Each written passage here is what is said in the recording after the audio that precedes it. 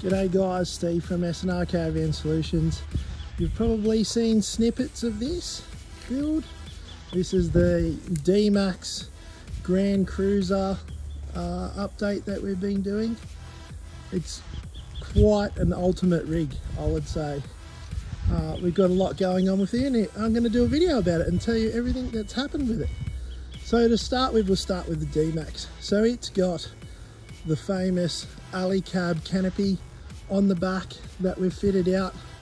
That was a huge upgrade, but because of the canopy and caravan, this vehicle's had to have a GVM upgrade, which is the headers GVM upgrade. And as you can see, it's got the 6-pot calipers on the front. It's got new coilovers, upgraded suspension, no sag at all in the back, and so has the Grand Cruiser. So underneath the Grand Cruiser, all new peders, coil springs and shocks on the independent suspension. So we really did think about what we were doing when we were doing this build. Also, the charging system in the dmax got an upgrade, so I'll just quickly show you under the bonnet. So tucked in down there is a 250 amp, if it'll focus, alternator by Rapid Power, all wired up through the battery. It all goes down to 120 amp Anderson plug on the back of the car here. Now I'll talk about why that later, but it has a very big lithium setup. The car itself can be off-grid. So in here we have a 300 amp BTEC 2600 watt inverter, and tucked away in there is a DC to DC and battery charger. Brass monkey fridge. Actually quite a good fridge in my opinion. So that's what's going on there. We've updated the dash with a Polaris maxi screen, as they call it. So he's got HEMA, he's got all of your features, AirPlay, all of those things on the maxi screen. It's a very good upgrade for this customer to the old one. He's also got ARB reversing camera that we've got there, as well as the one built into the factory. I'll keep going here.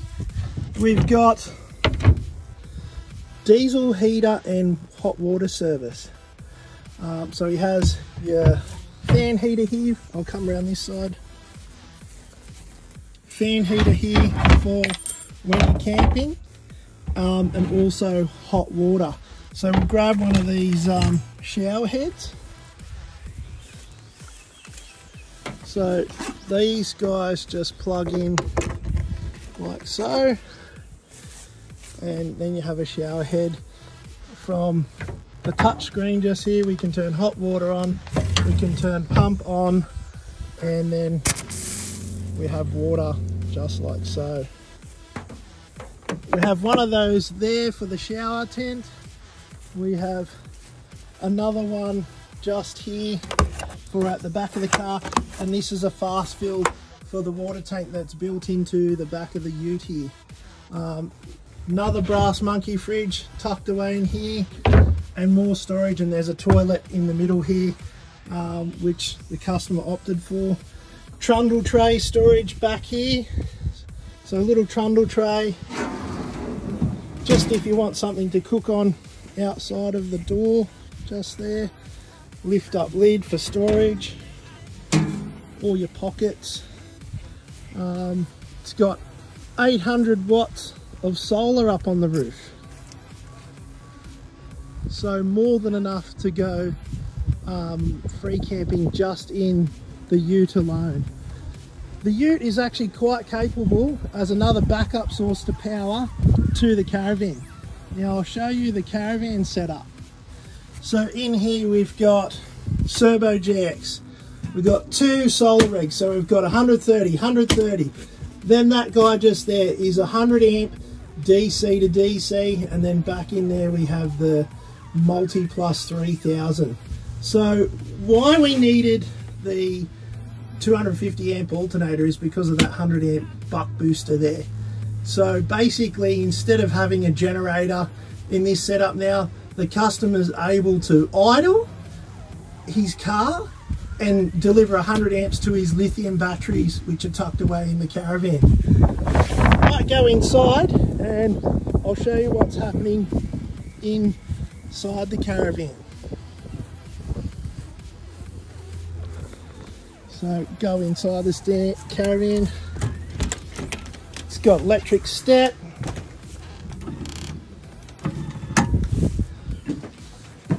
So all of his batteries and setup is under the seats here, and then over here we have our touch screen.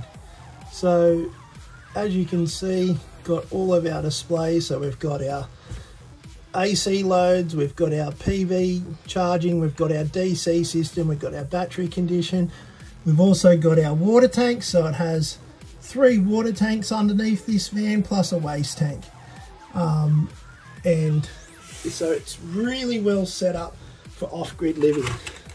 I'll just turn the AC on because we can. AC is going to kick in shortly, and we're going to see the loads come off of the system. Everyone always wants, can I run my air conditioner off grid? Of course you can, but there's always a but. Look at the loads that it takes. So 1000 watts easy on a normal day. Solar's not doing much at the moment. There's 1050 watts of solar on the roof, but we're in the shade a bit. It's the afternoon, so there's not a lot of sun happening, but we're in negative 63 amp hours here. So it's using quite a bit of power, your old air conditioner. The advantage of this setup though, it does have that 1000 watts of solar on the roof. It also has that 800 watts of solar on the car and that 300 BTEC battery. But we'll just go back to the car and I'll just start it and I'll show you the advantage of running such a big DC to DC. Now just come here. So car's idling. We've got our 120 amp anderson plug, so really thick cable. That's 2 BNS running to the batteries. We'll just walk back inside and we should see that buck booster working now.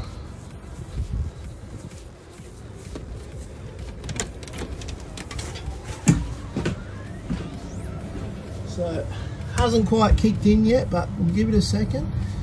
It's going to see that the batteries have load on them, and we should see 1000 watts come from the DC system on the left there.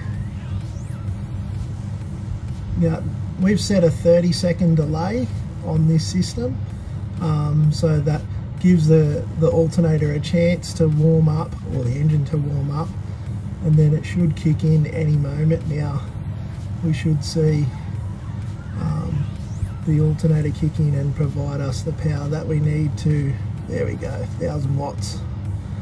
So now with the car just idling, we're plus 25 on the battery charging, as well as running our aircon.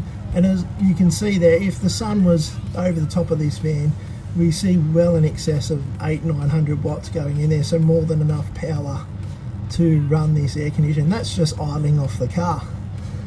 More things: Webasto diesel heater, Suburban instantaneous hot water service, so done away with the storage tank. Still retaining the absorption fridge. Really no need to change it because you can still run off gas.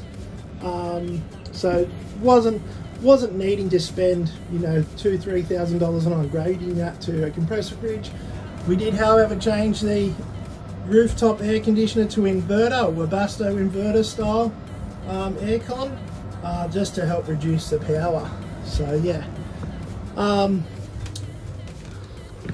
just going back out here, and I just want to show you another quick thing. We've enabled the customer to be able to plug in his car to the power inlet of the Caravan, so he's able to use the car as a backup plan to if his batteries are really low as well. So he's able to use this 300 amp VTEC battery as a power source and the inverter to charge the Caravan. But we'll do a bit of a walk around so you can see. It's a really impressive rig. Probably one of the biggest builds that we've done to date. It's also been ceramic coated. You can see the shine on this van. So detailed, ceramic coated, car's been detailed. It's really impressive setup. The other thing I haven't mentioned is the blackjack.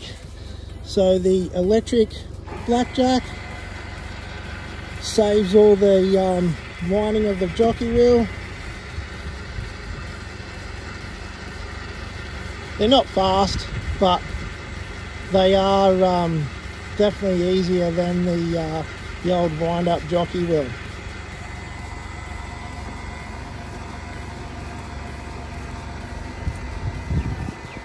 So you get the idea there, and then when we come back up, it's called a flip jack, so that red leg will just flip up out of the way.